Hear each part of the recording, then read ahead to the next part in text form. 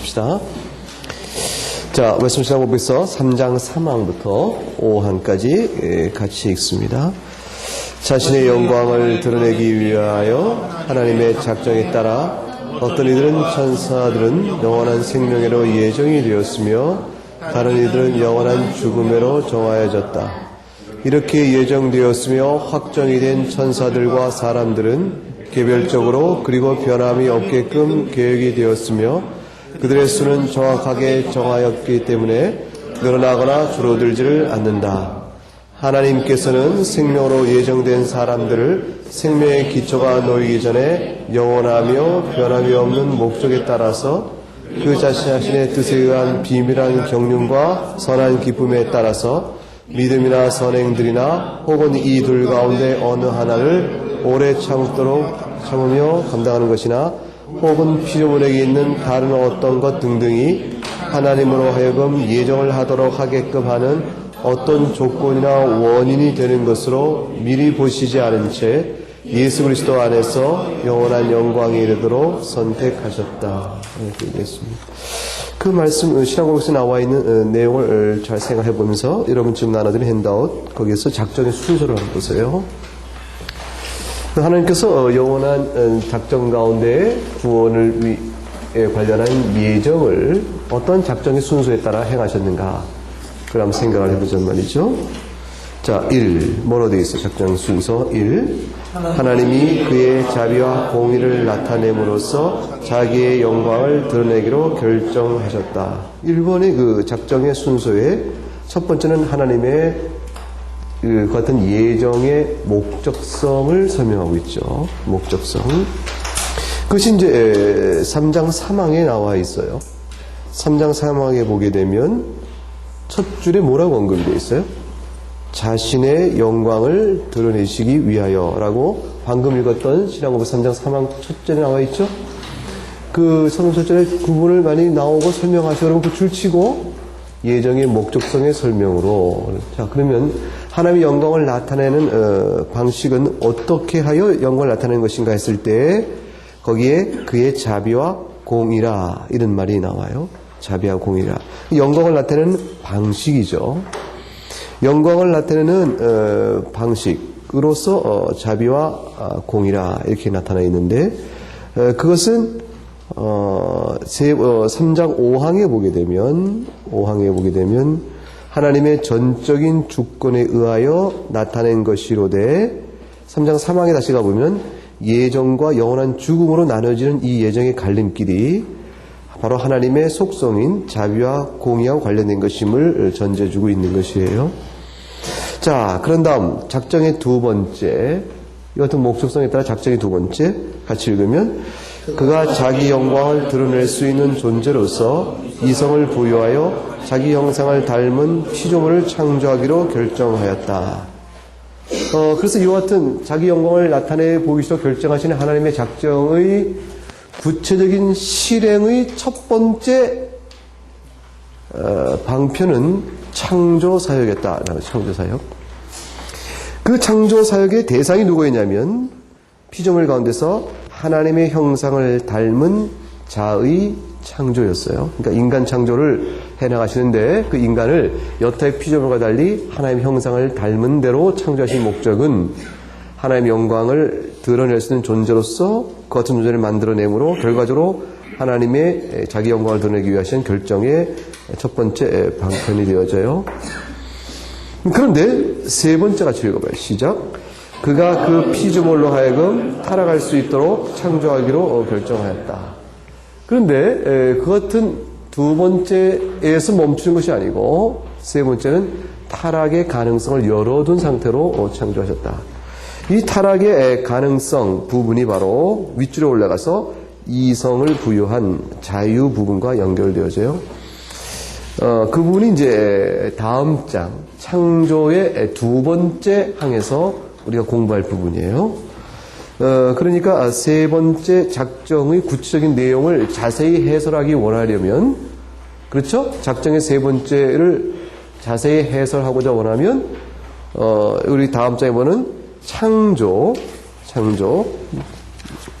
창조의 두 번째 항, 첫 번째 항 말고 두 번째 항, 신앙고백 창조의 두 번째 4장, 웨스턴 신앙고백에서 4장 2항을 풀어내서 설명을 덧붙여야 그 말이 가능해질 거예요. 네 번째, 그가 그 피조물의 타락을 허용하기로 결정하였다. 이 네 번째, 그가 그 피조물 타락을 허용할지었다는 말씀 속에 담겨있는 하나님의 선하심과 인간의 자유의 문제 등등에 대한 문제를 풀려면 우리가 이 앞서 공부했던 하나님의 작정에 관한 예정 그 앞에 공부했던 내용들을 잘 익혀야 돼요. 웨스턴 신앙고백 3장 1항과 2항을 잘 해설해서 이해하지 않으면 작전의 순서상 4항의 실행을 이해할 수가 없죠. 5 같이 읽으면 그는 이미 타락한 인간의 일부를 타락과 비참에서 구출하고 나머지는 그 상태에 남겨두기로 결정하였다. 그래서 5의 예정의 구체적인 나눔이 작전의 순서상 따라오게 되어집니다. 자, 그러면 질문은 뭐냐면 이 작정의 순서들 가운데서 실제 선택과 유기라는 예정적 구분은 어느 순서에서 이루어져요?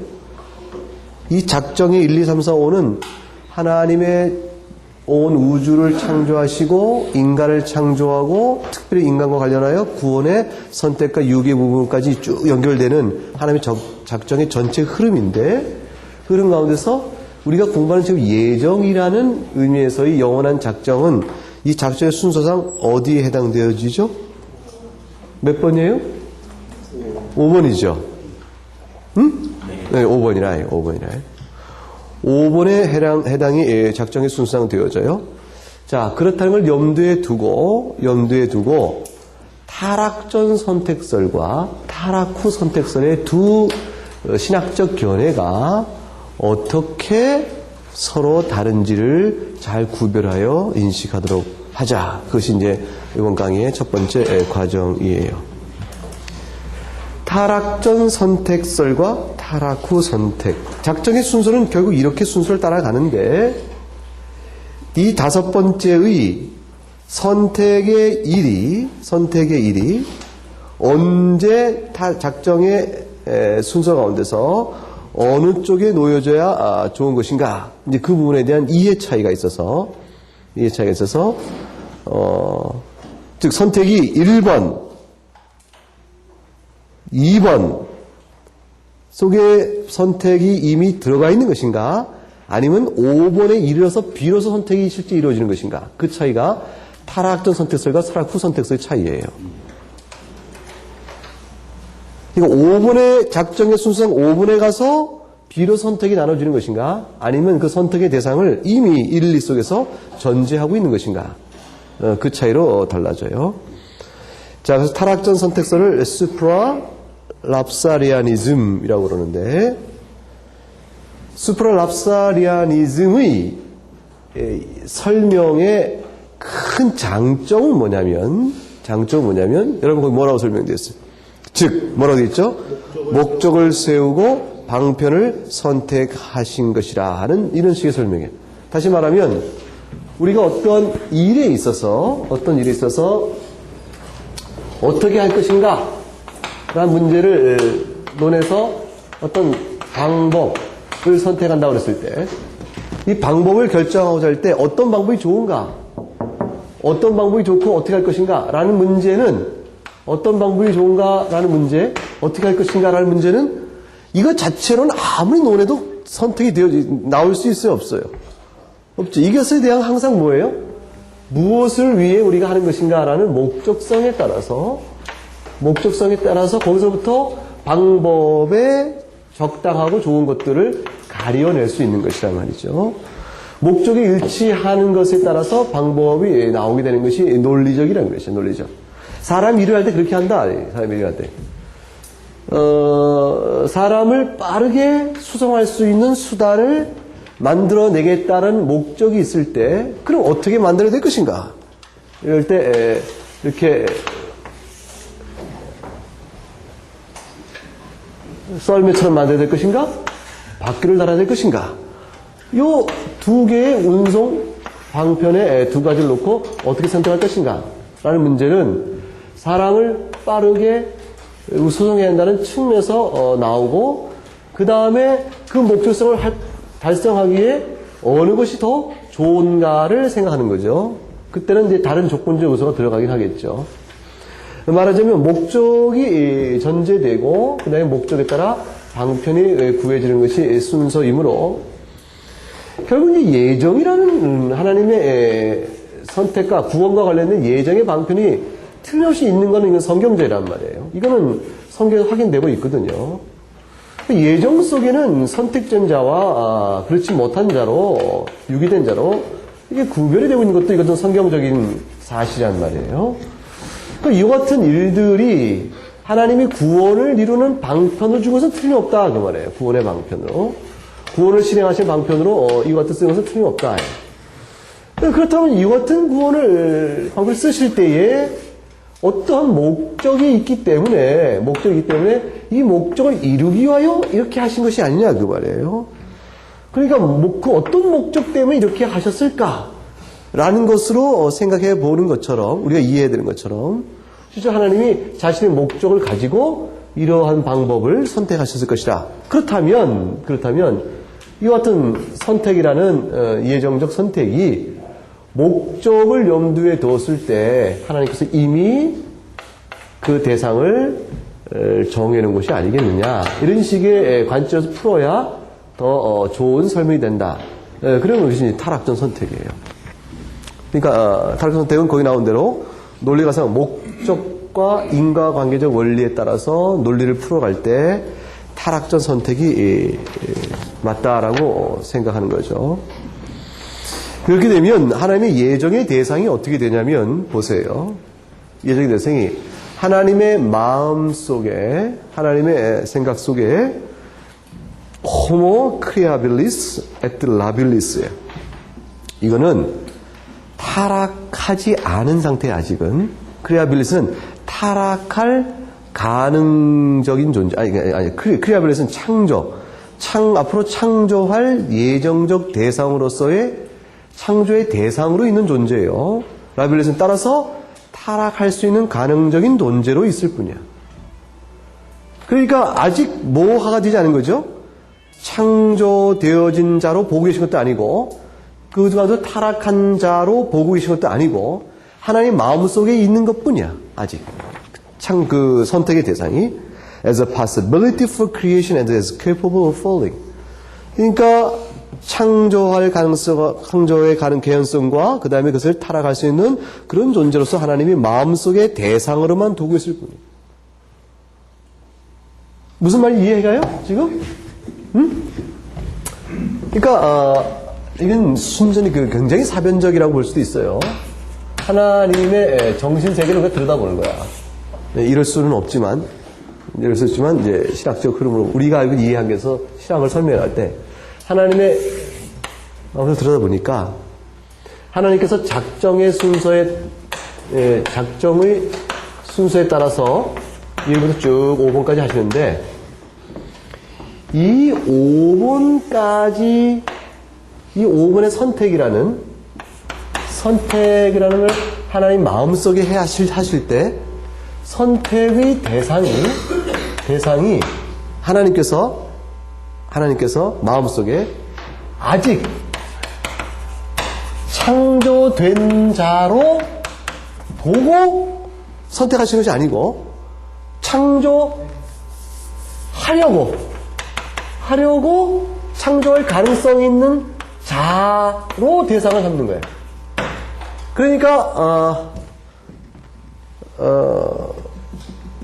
이제 타락 후 선택설까지 먼저 보고 나면 이제 비교가 좀 돼요. 선택이 인프라라사리즘이죠. 인프라랍사리아니즘은 역사적 전개와 일치한다고 해서 시간적 실행 전개와 하나님 마음속에 진행되는 생각이 일치한다고 보는 거예요. 하나님 마음의 생각이 이게 아니고, 인프라랍사리즘은 이거야. 이게 수프라니까. 인프라는 뭐라고 생각하냐면, 역사상 하나님의 의지가 하나님의 실행, 영원한 작정이 역사 속에 실현이 쭉 돼가겠죠. 돼가는 순서를 보니까 제일 먼저 뭐 하셨어요? 창조, 그 다음에 뭐죠?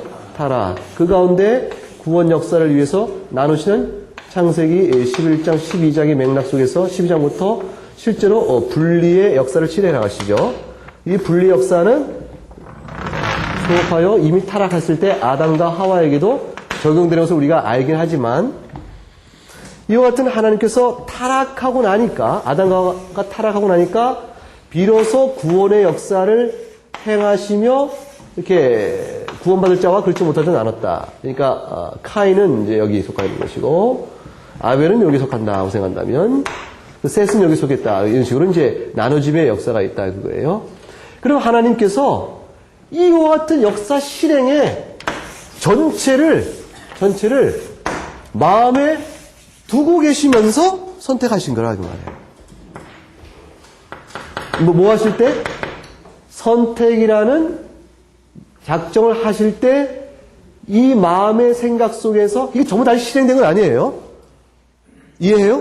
아직은 어느 것도 실행된 게 아니야. 실행된 게 아니고 뭐냐면 다만 하나님의 작정, 영원한 작정 안에 있는 거예요. 영원한 작정에서 시간적 역사 속에 실행하기 이전에 하나님께서 역사 속에 실행될 사건을 전체를 역사 실행의 순서대로 마음에 가지고서 창조하고 타락하니까 그 중에서 내가 이렇게 예정을 해야지 라고 마음속에 두셨다. 그럴 때 하나님의 마음속에 두신 누구는 선택하고 누구는 선택하고 카인은 아니고 아벨은 이다 라고 생각할 때 이삭이요 그 다음에 그건 아니고 또 뭐예요? 야곱은 그렇고 또 누군 아니야? 에서 아니다. 이런 식으로 하나님이 특정한 선택을 해나가실 때 하나님의 마음속에서 이미 창조 역사 속에 실행될 창조의 전 역사를 마음속에 다 두고 계시면서 그때 선택하셨다 이게. 이렇게. 그게 뭐예요? 타락 후 선택이야. 그런데 타락 전 선택은 이런 역사 실행 전체를 이루기 이전에 먼저 이것과 관계없이 이렇게 창조하여 타락이라는 사건을 경험하게 되는 것을 마음속에 다 두시면서 하시게 되는 게 아니고 그 이전에 창조하려고 되는 대상으로 창조의 아직 예정적 대상으로서의 사람들을 이미 하나님께서 먼저 선택하셨다. 선택해놓고 왜 선택했으면 왜 안 했는지 이거에 대한 이유를 그 다음 풀어주는 것으로 설명하는 거예요. 왜 그러냐? 그럼 수프라 앞사람이면 선택의 목적 봐요. 선택의 목적은 manifestation of God's glory in the mercy of election and justice of reprobation is. 선택의 긍휼과 그다음에 유기의 공의성 가운데서 그걸 통하여 그거로 하나님께서 영광을 나타내게 보이시기 위함이요. 따라서 창조 그 자체와 그 다음에 타락을 허용하는 작정은 secondary purpose, 그건 2차적인 목적이요. 또는 선택의 목적인 그것을 이루는 수단으로 다가올 뿐, 그것에 의해서 결국 선택과 유기라는 형태가 이루어진다. 그럼 선택과 유기가 벌써 먼저고 창조와 타락의 허용이 다음이라 그 말이에요. 그러니까 하나님께서 먼저 마음속에 순서가 어떠냐면 실제 역사 실행은 이렇게 되는 거예요. 역사 실행은 이런 순서지만 하나님의 마음속에 내가 일단의 선택자를 내가 이렇게 해야지. 1군의 무리를 뭐예요? 유기해야지. 그러나서 이제 뭐죠? 이들을 실제 실행할 수 있도록 뭘 해야죠? 창조를 해야지. 그런 다음에 과연 내가 선택한 무리들은 그 다음에 뭘 하죠? 이 유기된 자에게 타락과 이자는 이제 다 타락을 허용해야지. 그 타락한 가운데서 선택한 자들을 뭐예요? 예정의 구원으로 이끌고 이자는 어떻게 하죠? 유기의 죄 가운데로 내가 허용해야지. 말하자면 하나님께서 내가 나의 뭐를 긍휼과 공의를 통하여 나의 영광을 그 높이기 위하여 어떻게 할까? 먼저 한 무리를 긍휼로 인해서 구원받는 자를 정하고 한 무리를 어떻게? 공의로 하여 심판받는 자를 내가 정해야겠군.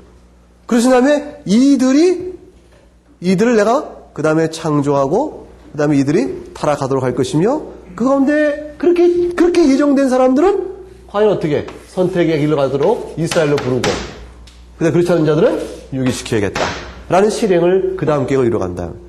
그러니까 사실은 자신의 목적을 위하여 두 그룹을 먼저 정해야지. 그리고 두 그룹에 속할 자들은 이렇게. 그러니까 창조 이전에 있는 거예요. 크리에이터빌리스라고. 그리고 타락 이전에 있는 거죠. 그 라빌리스. 그러니까 타락 이전에 있는 것이요, 창조 이전에 있는 거예요. 먼저 두 그룹을 결정해요. 이게 타락성 선택이에요. 타락후 선택은 왜 이 타락성 선택을 이렇게 말하냐면 자신의 긍휼과 공의를 통하여 영광을 나타내고자 하는 목적에 따라 구원받을 자와 그렇지 않을 자를 서로 구분하여 수단을 정하신 다음 이 수단의 실행이 창조요, 타락이요, 구속이요, 재창조의 형태로 나간다 그 말이에요. 그럼 이 역사 전체는 무엇을 위해 있는 거냐면 하나님께서 자신의 긍휼을 나타내기 위하여 한 무리를 택하시고 자신의 공의를 나타내기 위하여 한 무리를 선택하신 구원의 방편의 실행의 부속적인 의미로 있는 거예요. 창조가 타건다 그래서 세컨더리 퍼포스인 거예요. 프라이머리 퍼포스는 어디 있는 거예요? 여기 있는 거예요. 이거를 나타내는 방편은 이거인 거고 그 방편의 실행으로 뒤에 따라올 뿐이에요. 우리가 사는 역사는 뭐냐면 이미 정하신 하나님께서 긍휼과 공의로 자신의 영광을 나타내기 위한 역사적 의미에 따라 그 일을 실현하기 위하여 한 그룹을 선택하고 한 그룹은 유기로 작정하신 그 일들이 우리 가운데 나타나고 있는 현상을 경험하고 있는 뿐이에요. 그걸 하나님이 나중에서 창조하시고 이런 역사 속의 실현을 허용하고 있는 뿐이죠. 창조 이전에 이미 선택하셨다. 타락은 무한할 것도 없고 그게 이제 창조되기 이전의 대상으로 사람들을 이미 선택하신 것이다. 타락 후 선택은 인프라는 그게 아니라 하나님 마음속에 내가 나의 영광을 위하여 뭐라 해야지? 창조를 해야지. 나의 영광을 창조한 그것들에게 어떻게? 타락을 허용할 수 있는 자유를 줘야지.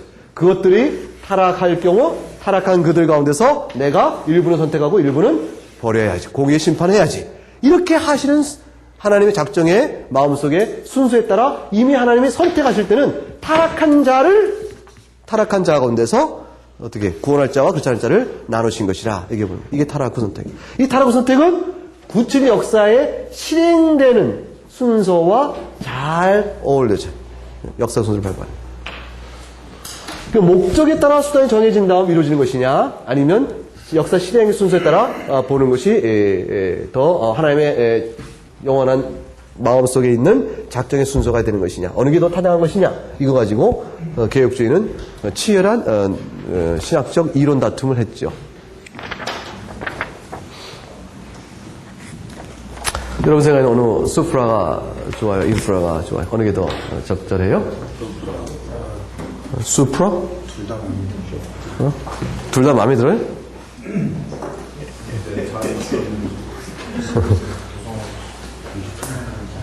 응? 나는 인프라가 더 좋아요. 개혁주 신앙 고백의 정로는 인프라로 모아졌어요. 모조리티 이상이 도울트 신경도 그렇고 일단은 인프라 쪽의 해석을 정론을 잡고 수프라는 받을 수 있는 사견으로 공적 고백에서는 일단 인정을 해요. 그래서 수프라를 믿는 사람에게 왼수 취급해서는 안 된다라는 조건을 붙여서 우리 가운데 수프라를 믿는 사람들을 잘못된 견해를 하고 비방하거나 다투면 안 된다라고 얘기하고, 그러나 공적 고백은 되게 인프라, 왜냐하면 성경적인 순서에 따라서 그냥 인프라를 고백하는 것이 무난하다라고 되어 있어요. 그런데 우리가 알고 있는 리폼드의 뛰어난 학자들 가운데 수프라를 따르는 사람들도 많이 있어요. 퍼킨스도 수프라고, 메자도 수프라고, 수프라를 많이 따르죠.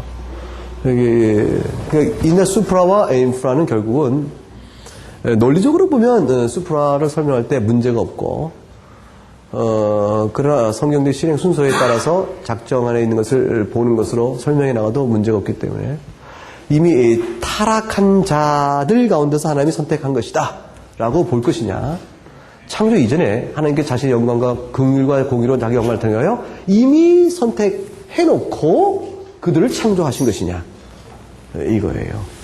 이미 이렇게 생각해놓고 이제 창조하시고 그 다음에 타락하도록 해하실 것이냐 그 순서죠. 어떤 각각의 장단점이 있으나 그래서 호모 크레아투스와 랍스수냐 아니면 크레아빌리스와 라빌리스냐 이 두 개로 되는 거죠. 인프라 랍사리아니즘은 순서가 어떻게 되냐면 자유의지를 가진 인간의 창조 그리고 타락을 허용함이 먼저고 그 다음에 선택이 나중으로 작전의 순서가 따라온다는 것이고 목적은 뭐예요? 자신과의 교제를 위해서 하나님 사귀기 위하여 인간을 창조했고 이 교제의 목적에 대한 수단으로 선택을 하셨다고 보는 거예요. 그러니까 뭐냐면 하나님의 목적이 자신의 긍휼과 공의를 통하여 영광을 나타내기 위함이라 라는 표현과 달리 하나님께서 피조물을 인간을 만드셔서 그와 서로 교통하기를 원하셨다. 그게 목적인데 근데 타락을 허용함으로 실제로 타락이 허용함으로 인간이 타락하였을 때 타락한 그들에게 이 교제의 회복을 위하여 하나님께서 어떻게 하신 거예요? 회복을 위해 하신 일이 뭐예요? 은혜로 구원하시니까 그 중에 일부를 선택하시고 그 중에 일부는 공의 심판으로 죄가 무엇인지를 보이셨다. 그러니까 뭐냐면 이 예정이 수단인데 이 수단은 뭐를 위한 수단이 되냐면 하나님께서 인간과 교제를 나누시기 위한 수단이 되는 거예요. 그 수단은 뭐냐면 타락을 허용한 뒤의 수단이니까 교제의 회복을 위한 수단이 되는 거예요. 그래서 하나님께서 인간과 교제를 하기를 원하시는 그 목적을 이루기 위하여 타락한 인간에게 그 인간의 교제 회복을 위하여 한 무리를 타락한 인간 중에서 한 무리를 선택하셨다 이렇게 말씀입니다. 근데 이제 우리가 이제 수프라를 다른 사람이라고 이제 머릿속으로 논리적으로 저렇게 풀어가더라도 사실 이 예정의 문제를 설명할 때는 다 인프라적으로 설명해요. 마사 파라디지오니스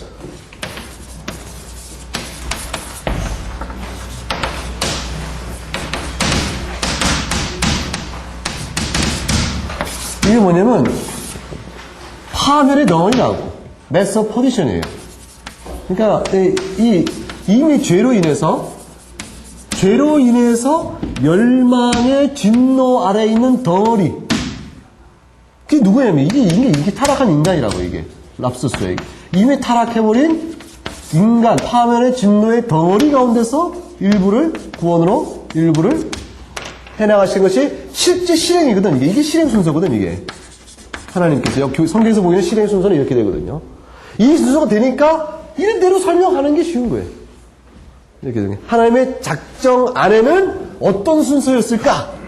이거를 수프라로 생각하더라도 실제 하나님의 작정 순서는 수프라였다. 이건 말하지 아니하고 하나님이 이렇게 타락을 우리 어떻게 일부는 구원하시고 일부는 유기하셨을까? 라고 물은 질문을 나오게 되면 설명을 어떻게 해요? 하나님의 긍휼과 그다음에 뭐죠? 공의를 나타내 영광을 나타내 보이시기 위해서 하나님께서 창조 이전에 이미 정했기 때문에 그렇게 된 거야. 이렇게 이제 얘기를 하는 것은 굉장한 신앙 수준에 와서야 이렇게 깊은 신앙 안에서야 모든 걸 다 받아들인 이후에야 이렇게 설명할 때 그것이 이룰 수 있겠다라고 하는 신학적 이론이 되는 건데 그 이전에는 다 복음적 터치에서 우리가 믿음 자라는 설명할 때는 어떤 설명이 되어져요?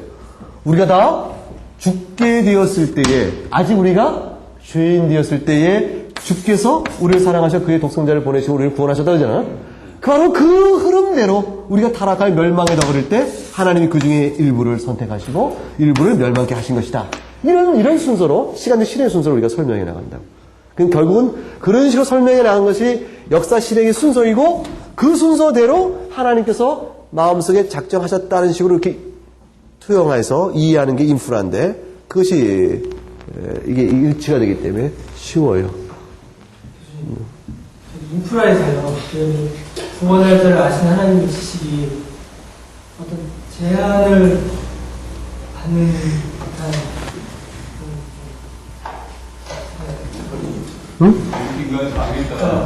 허용하신다는 건 아니에요. 상황 이전과 이후 어떤 인간 상황 이전과 이후에 대해서 하나님께서 구원하시던 선택하신 지식이 어떤 인간의 타락이라는 것을 기준으로 해서 제한되는 것이 아닌가 생각합니다. 아니지. 그러니까 이제 이 하나님께서 교제를 하기를 위하여 목적으로 해 나가시는데 인간의 타락이라는 것을 허용하시는 하나님의 기쁘신 뜻이 무엇인지를 우리가 모르는 거지. 하나님께서 인간과 교제를 나가시는데 타락이 없이 그냥 교제를 창조해서 쭉 하지 아니하시고 왜 타락을 허용하셨을까? 이걸 모르는 것이지. 타락했기 때문에 비로소 이렇게 선택과 유기라는 방편을 통하여 교제를 해나가신다. 그건 아니라 그 말이에요. 그게 조건화되는 게 아니지. 그게 아니라 하나님이 그렇게 정하셔서 그렇게 나가시는 거예요. 하나님이 처음부터 타락 없이 인간과 교제하기로 첫 창조에서 이루시지 아니하시고 이거를 허용하셔서 허용한 타락한 가운데서 다시 빼어내 그들과 교제하기로 하나님이 마음에 작정을 둔 까닭은 도대체 무엇일까? 이거를 우리가 모르고 있는 거지. 하나님이 우리에게 무엇 때문에 조건화되어서 제한을 받아 그렇게 하실 수밖에 없기 때문에 그렇게 결정하신 것이 아니죠. 이런 흐름은 하나님이 왜 이런 방법을 하실까에 대해서 우리가 몰라. 그러나 하나님께서 이런 방식으로 하셨다라고 생각하는 신학적 결론을 내려보는 거예요.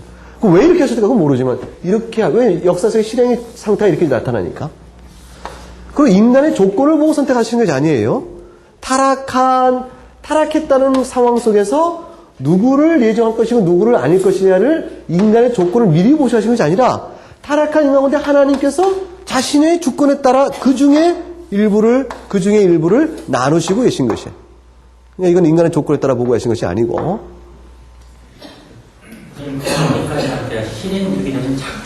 하나님의 마음속에 있는 소리. 그러니까 이게 뭐냐면 이 수프라의 경우 이게 그대로 실행된다는 게 아니에요. 수프라 랍사네즈를 갖고 있는 사람도 역사 속에 실행은 어떻게 되어졌어요? 창조, 타락, 구속의 형태로 실행이 되어지죠. 그렇죠? 다만 하나님의 마음의 생각 안에 있는 일들을 신하고 일어날 때 리포먼드 진영에서 선택의 시점이 작정 순서상 어디에 오는 것인가 라는 문제가 재미나게 등장했던 거야. 차라리 이 문제가 처음 제기되지 않았으면 그냥 이렇게 했었을 것 같아. 그런데 그게 이제 제기가 된 거예요. 아주 머리가 너무 좋은 거고 그다음에 여러 가지 생각한 거죠. 신론의 특성상 하나님의 영혼의 속성을 다 들여다보고 하나님의 지식은 어떻게 해요? 우리처럼 순차적이지 않다는 거예요. 하나님의 지식은 이 일을 당하니까 그러면 이렇게 알고 그러니까 그 다음에 알고 순차적으로 아는 게 아니고 한꺼번에 모든 것을 통찰로 아셔버려. 그렇죠? 그럼 지금 인프라에서 얘기할 때 창조하고 타락한 대상을 기초로 이렇게 선택이 이루어졌다고 말하면 하나님께서 마치 창조를 아신 다음 비로소 타락을 아신 다음 그런 다음에 그 중에 선택을 나누고 이렇게 순차적으로 알아가시는 게 아니고 하나님은 우리가 설명할 때는 이런 순서로 작정을 순서 설명하지만 실제로 하나님은 어떻게 돼요? 순간 한껏 다 아시는 거예요. 그러니까 하나님의 마음속에 있는 작정을 순서를 풀어본다는 것 자체가 벌써 뭐예요? 우리의 논리 틀에 따라서 어떻게 이거를 풀면 더 적절할까를 얘기하고 있는 것뿐이야. 그럴 때 사실은 하나님의 마음속에 우리가 수프라를 한다고 해서 이렇게 하나님이 순차적으로 하셨다. 이렇게. 그래서 우리처럼 처음에는 긍휼과 공의. 그러니까 이제 방편을 생각해야지. 그래서 그 다음에 이제 이렇게 한 무리를 선택하고 이렇게 해야지. 이제 뭐랄까. 창조를 하는 게 좋겠군. 그래서 우리가 한국에 차근차근 순차적으로 결정돼 가신 것이 아니고 하나님 안에 사실 하나로 뭉쳐져 있는 거예요. 순전하고 완전하신 하나님의 개념 안에 우리가 그런데 우리가 하나님의 선택이 우리가 알고 있는 하나님의 영광의 목적성에 비추어 역사로 실행되는 창조와 타락과 구속이라는 순서에 비춰서 선택의 이 시점을 작정의 순서에 따라 우리가 논리적으로 풀어볼 때 어디에 하나님의 선택이 있다고 봐야 더 잘 설명하는 것이냐 이럴 때 이 설명이 맞다, 이 설명이 맞다라는 거예요. 이 설명 둘 다는 다 어디서 나온 거예요? 성경을 자료로 하여 사람이 구성하거든. 잊지 마라, 사람이. 누가 구성했어요? 사람의 머리 안에서 성경을 자료를 기초로 구성하고 있는 거예요. 성경은 수프라를 지지하는 것 같지만 인프라를 지지해요. 성경은 예배소 1장만 하더라도 창세전에 하나님이 예정하셨다고 되어 있단 말이에요. 그러면 예정 시점이 언제예요? 창세 이전이 될 거 아니야. 어? 그렇게 말하니까 수프라 맞는 것 같죠? 근데 인프라 하면 그 말이 틀려? 맞아. 왜냐면 창조랑 실행 이전에 예정하셨다니까. 그렇게 해석하면 인프라가 맞잖아. 모순이 안 된다니까. 창세전에 택정하셨다는 말을 하나님의 작정 안에 있는 작정의 순서로 이해하면 수프라가 맞지만, 창세전에 택정했다는 말을 창세는 뭐죠? 실행을 이전에 하나님이 책정하신 거라 보면 인프라도 맞는 거예요. 이해했어? 무슨 말이지? 그렇죠. 이해했죠? 그거 이해했으면 다 됐어. 사실은 하나님의 마음속에 우리가 수프라를 한다고 해서 이렇게 하나님이 순차적으로 하셨다. 이렇게. 그래서 우리처럼 처음에는 긍휼과 공의, 그러니까 이제 방편을 생각해야지. 그래서 그 다음에 이제 이렇게 한 무리를 선택하고 이렇게 해야지. 이제 뭐랄까. 창조를 하는 게 좋겠군. 그래서 우리가 한국에 차근차근 순차적으로 결정돼 가신 것이 아니고 하나님 안에 사실 하나로 뭉쳐져 있는 거예요. 순전하고 완전하신 하나님의 개념 안에 우리가 그런데 우리가 하나님의 선택이 우리가 알고 있는 하나님의 영광의 목적성에 비추어 역사가 실행되는 창조와 타락과 구속이라는 순서에 비춰서 선택의 이 시점을 작정의 순서에 따라 우리가 논리적으로 풀어볼 때 어디에 하나님의 선택이 있다고 봐야 더 잘 설명하는 것이냐. 이럴 때 이 설명이 맞다, 이 설명이 맞다라는 거예요. 이 설명 둘 다는 다 어디서 나온 거예요? 성경을 자료로 하여 사람이 구성하거든. 잊지 마라, 사람이. 누가 구성했어요? 사람의 머리 안에서 성경을 자료를 기초로 구성하고 있는 거예요. 성경은 수프라를 지지하는 것 같지만 인프라를 지지해요. 성경은 예배소 1장만 하더라도 창세전에 하나님이 예정하셨다고 되어 있단 말이에요. 그러면 예정 시점이 언제예요? 창세 이전이 될 거 아니야. 그렇게 말하니까 수프라 맞는 것 같죠? 근데 인프라 하면 그 말이 틀려? 맞아. 왜냐면 창조랑 실행 이전에 예정하셨다니까. 그렇게 해석하면 인프라가 맞잖아. 모순이 안 된다니까.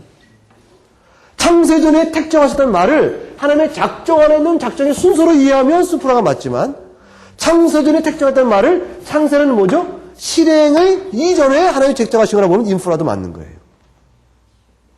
이해했어? 무슨 말이지? 그렇죠. 이해했죠?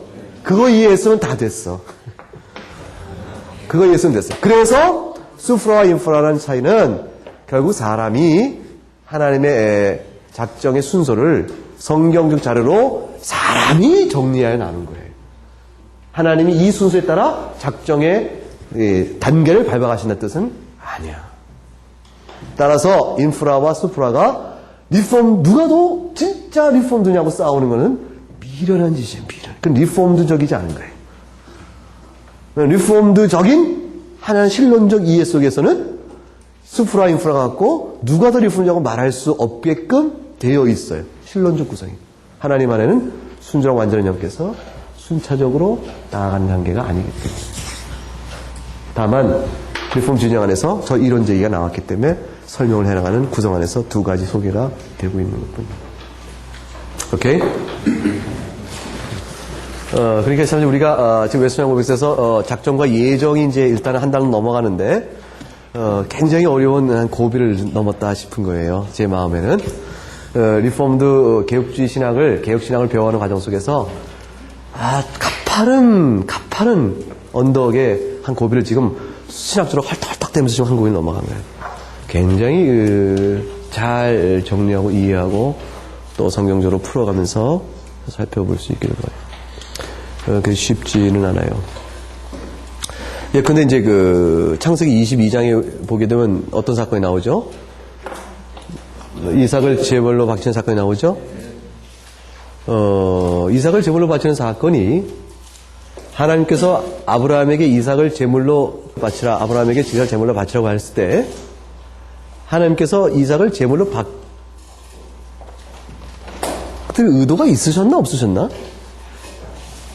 바치라고 명하셨을 때? 이미 알고 있잖아요. 응? 이미 아시고. 아신 거 말고 작정. 이삭을 제물로 받으려고 작정하시고 바치라 하고 명하신 거예요? 아니면 이삭을 제물로 받을 작정도 없으시면서 괜히 말로 그렇게 하신 거예요?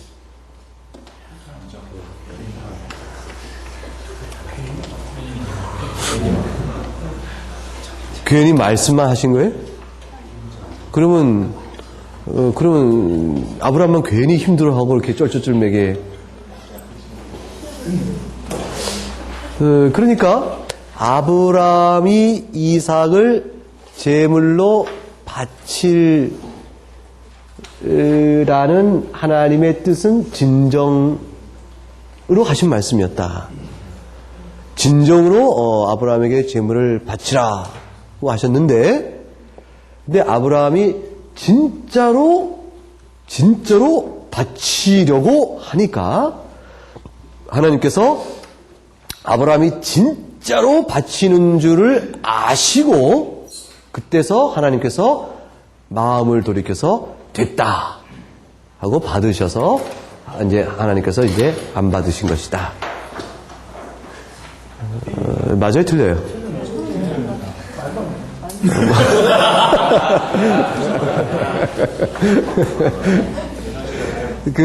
알미니안들은 그렇게 해석해요. 하나님의 작정과 실행의 이해를. 실제로 하나님께서 아브라함에게 이삭을 바치라 하시는 말씀은 하나님 진짜 받기를 원하셨다고 말씀하신 것이었다. 그런데 실제 아브라함이 어떻게 해요? 순종하여 이삭을 바치는 것을 하나님이 미리 보시고 안 받기로 결정해 준 뜻이 뒤에 있어. 그러니까 선행적 작정과 후행적 작정이 다른 거예요. 여러분 지난 시간에 배웠죠? 선행적 작정은 뭐예요? 믿음을 보겠다. 아브라함 이삭을 바치라. 믿음을 보는 조건이 뭐냐면 이삭을 바치는 것이다. 그래놓고 그다음에 아브라함이 안 바칠 거를 보고 미를 보시고 그다음에 나중에 안 받는 거로 작정하셨다. 그래서 처음에는 받기를 원하시는 작정을 세우시고 나중에는 아브라함 믿음 보시고 안 받는 거로 작정을 바꿨다. 이렇게 해서 설명을 해나가는 거예요. 따라서 이삭이 제물을 바쳐지지 않게 된 것은 하나님이 아브라함의 믿음을 보시고 그 조건에 따라 작정을 바꾸신 것이라 이렇게 생각해요. 그게 이제 사실은 우리가 경험하는 인간관계에서는 그게 맞죠. 그럴 수 있죠, 되게. 인간관계에서는 바치라. 왕이 그래서 그 자식을 지키게 바치는 그 신하의 충성을 보고 마음을 돌이켜서 네가 나를 충성하는 줄 내가 기로서 알았으니 됐다 하고 넘어가서 그래서 이제 안 바치는 거로 이렇게 되죠. 근데 개혁주의는 조금 다르게 해석하죠. 개혁주의 어떻게 해석할까? 처음부터 하나님께서는 이삭을 제물로 받기로 작정하신 적이 없으시죠. 처음부터 없으신 이 작정은 그러나 아브라함에게는 보이지 않으신 감추어진 작정이죠. 그래서 아브라함은 하나님에 대해서 하나님이 어떻게 하실지를 알 수가 있어 없어요? 없어요. 마치 우리 각각에 대하여 하나님이 어떻게 하실지 우리 미래의 일에 대하여 작정을 해두신 우리가 알 수 있어요 없어요? 없는 것과 똑같이. 그러나 하나님은 우리에 대하여 모든 일을 미래의 일을 작정해 놓으셨죠. 마찬가지로 아브라함에게도 그 일에 대해 그 일과 관련해서 어떻게 될 것이 하나님 미리 작정해 놓으신 것이죠. 그래서 하나님의 아브라함에 드러나지 않은 하나님의 감추어진 영원 안에 있는 작정은 처음부터 이삭을 제물로 받고자 함이 없으신 거죠. 아브라함의 조건에 관계해서 받고자 함이 없으셨어요. 그게 전혀 없으시면서 아브라함에게 이삭을 제물로 바치라 하고 명령을 주세요. 그거는 뭐냐면 아브라함에게 하나님이 자신의 뜻을 나타내 보이신 드러난 의지야. 그 교훈적 의지라는 거예요. 하나님이 밝혀주신 드러난 교훈적 의지. 교훈적 의지로 주셨어요. 그건 하나님 주신 명령에 순종해야 한다는 일반적 원칙에 따라 구체화시켜 주신 것에 불과해요. 그렇죠? 인간은 하나님의 명령에 순종하여야 한다라고 했을 때, 순종하여야 했을 때 순종의 케이스의 한 케이스가 그때 뭐로 드러난 거예요? 이삭을 제물로 바치라는 명령으로 주신 거예요. 이거 교훈적 의지라. 따라서 교훈적 의지 앞에 인간이 뭐예요? 순종해야 될 의무가 있는 거죠. 그거에 따라 하나님이 교훈적 의지를 주신 것이라고. 거기에 따라서 아브라함이 어떻게? 순종을 했죠. 순종함으로 하나님이 기뻐하시는 내용이 나오죠. 그것은 뭘 말하냐면 순종하는 자에게 기뻐하시고 불순종자에게 벌을 주시는 하나님의 교훈적 의지의 결과를 아브라함에게 인식해 준 거예요. 처음부터 하나님은 그러나 이삭을 제물로 바칠 생각은 작정은 처음부터 없으셨어요. 처음부터 하는 감출 의지속이 없어진 것이었죠. 없었던 것이 실제 이삭을 제물로 바치기 전에 몸처럼 마시고 준비된 여호와 이레의 양을 주심으로 인해서 하나님이 작정이 본래부터 그러하였음을 우리에게 보여줘요. 그럼 우리는 경험된 사실부터 다시 과거로 해석해 가는 거예요. 그 양을 준비된 양을 받아서 아브라함이 그때 비로소 다시 돌이켜 하나님 주신 명령부터 생각해 보는 거예요. 왜 그때 그 일을 하셨는가를 보면 그때 교훈을 다시 깨닫게 돼요. 하나님 감춰진 그 의지를 통하여 우리에게 들으신 뜻이 무엇인가를 목적성을 깨닫게 되죠. 그게 뭐냐면 창세기 17장에 너는 내 앞에 행하여 완전하라. 그리고 나서 이삭을 제물로 바치라. 그 이삭의 출생의 얘기가 그 사이에 나오고 이러한 내용의 흐름 안에서 하나님께서 그 다음에 어린 양의 사건이 준비된 어린 양의 사건을 통해서 이삭에게 주어지는 영적 의미가 무엇인가를 풀어가기 위한 하나님의 전체 신학적, 영적, 구속적 의의를 이끌어가시는 하나님의 목적성이 있는 거예요. 그 목적성을 가지고 하나님께서 그 교훈적 의지 속에 그때그때 말씀을 주고 있다는 사실을 과거에 비추어 또 더 지나가면 또 이미 지난 과거에 비추어 해석이 쭉 떠오르는 거예요. 그래서 구속적 의의와 계시의 뜻을 이해하는 것이라고 말하는 거예요. 그게 바로 하나님 우리에게 보이시는 바된 목적성이에요. 구원자서 이끄는 목적성이에요.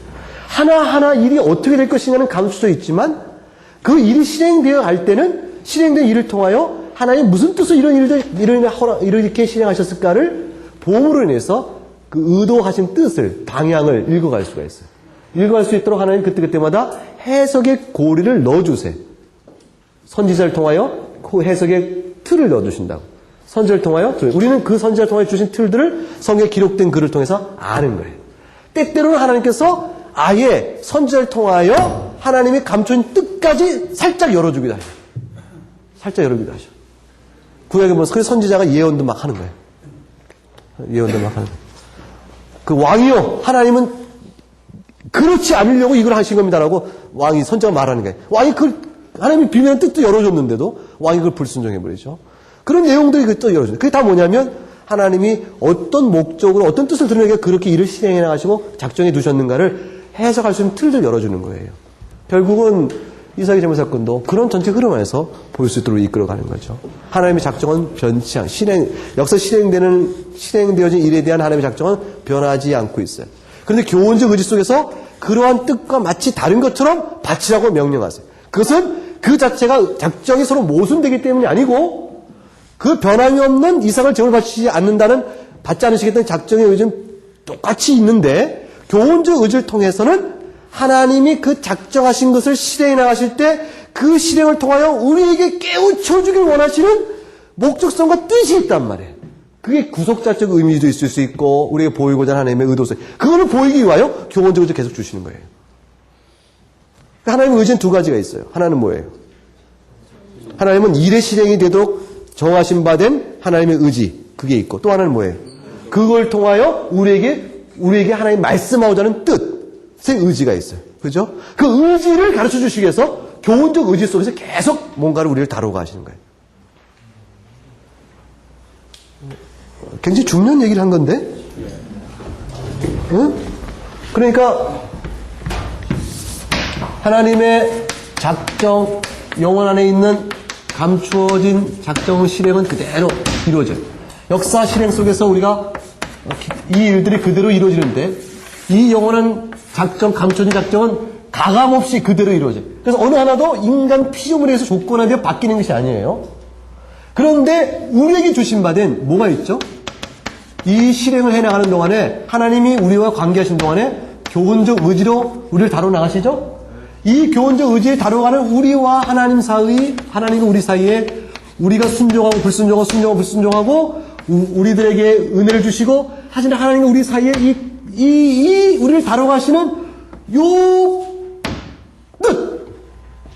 이 뜻! 교훈적 의지를 통해 우리를 다뤄가시는 이 뜻, 이 과정 속에, 이 과정을 통하여 하나님은 구체적으로 실행되어진, 결코 변함이 없는 영원한 작정 속에 있는 그대로 실행되어지는 이 일을 통하여, 이 일 속에서, 이를 통해서, 이 일들을 해석할 수 있는 눈을 열어주는 거예요, 눈을. 그래서, 교훈적 의지 속에서, 하나님이 왜 이렇게 하셨을까? 이렇게 하시려고 해석이 틀려. 그게 뭐 이 해석 틀 속에서 우리는 뭘 보냐면, 하나의 구속사, 하나님의 주권적 은혜, 이런 보편적인 교회 복음 역사, 예수 그리스도의 오심, 그 예표와 그다음에 뭐죠? 원형, 실행, 이런 것들의 관계성, 이 모든 것들을 볼 수 있는 눈들이 열어지기 시작하는 거예요. 그것도 열어주시기 위하여서 교훈적 의지 속에서 우리를 통하여 우리를 다뤄가고 계신 방편 속에 이삭을 제물로 바쳐라, 됐다 아브라함아, 내가 이제 알았노라, 이렇게 얘기하시는 거예요. 그리고 준비된 양을 붙여 양으로 바쳐라, 내 앞에서 완전하라, 이렇게 돼요. 이런 동네 얘기를 계속 주시는 거예요. 이게. 이런 주시는 얘기를 교훈적 의지 속에서 우리는 이 실행을 통하여 하나님이 어떤 뜻을 보여주시는 것인가, 그거를 발견하게 되는 거예요. 그런 것이지 하나님의 영원한 작정 자체가 우리와의 관계 속에서 바쳐라, 알았다, 그만둬라 하고 이 자체가 변하는 게 아니라, 그게 바로 리폼드시다. 근본적 신론 구조가 다르죠. 잠깐 쉬었다가